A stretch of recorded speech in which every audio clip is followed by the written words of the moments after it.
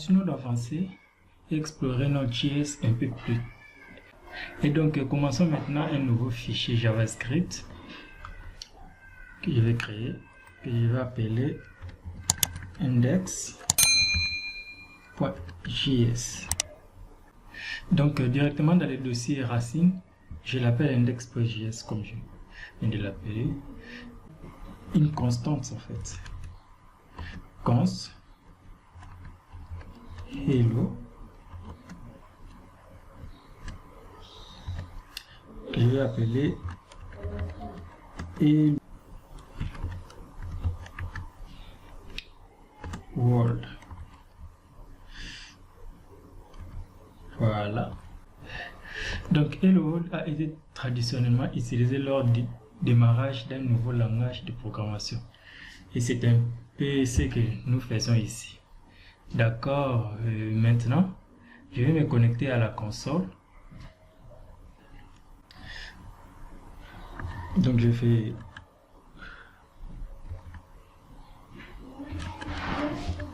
console. Donc on fait CTRL S pour sauvegarder. Donc en JavaScript normal dans un navigateur, tout ce que nous faisons est d'utiliser notre commande de node. Maintenant, nous n'allons pas appuyer sur Entrée tout de suite, parce que cela nous ramènerait à la RPL. Et donc tout ce que nous avons à faire est d'écrire node, puis le nom index.js.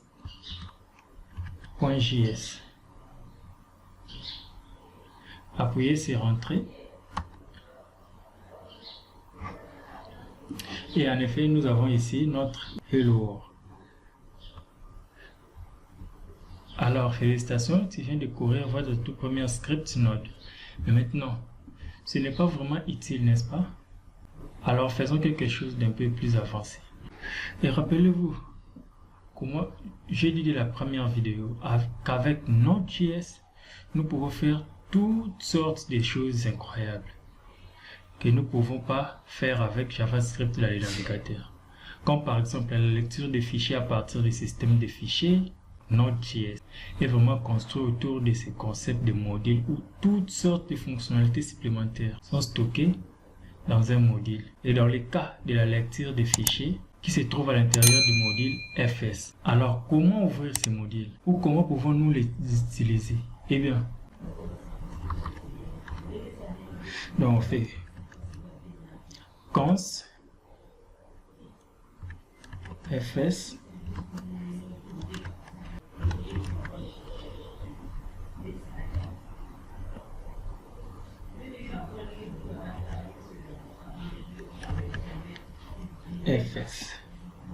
fs ici signifie système de fichiers. Donc en utilisant ce module ici, nous aurons accès aux fonctions de lecture et d'écriture de données, droit au système de fichiers. Encore une fois, en appelant cette fonction intégrée, le nom du module fs, donc fichier système, renverra alors un objet dans lequel il y a beaucoup de fonctions que nous pouvons utiliser. Nous allons l'utiliser dans la prochaine vidéo. Mais pour l'instant, je vais jeter un coup d'œil rapidement à la documentation Node avec vous, au cas où vous aurez besoin d'un autre module. Donc il faut vous rendre dans le site nodejs.org, l'onglet Doc, choisir la version que vous utilisez, moi 15.3, et là vous avez la documentation. Il y a tout. Donc voilà, nous sommes dans la documentation. Moi j'utilise la version 15. Et si vous cherchez file system ici, vous voyez, il y a beaucoup.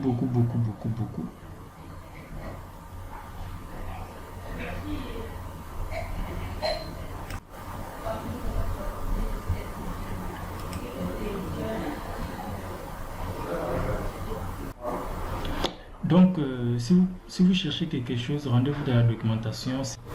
Il y a tout. Ceci est dit, je vous dis à la prochaine.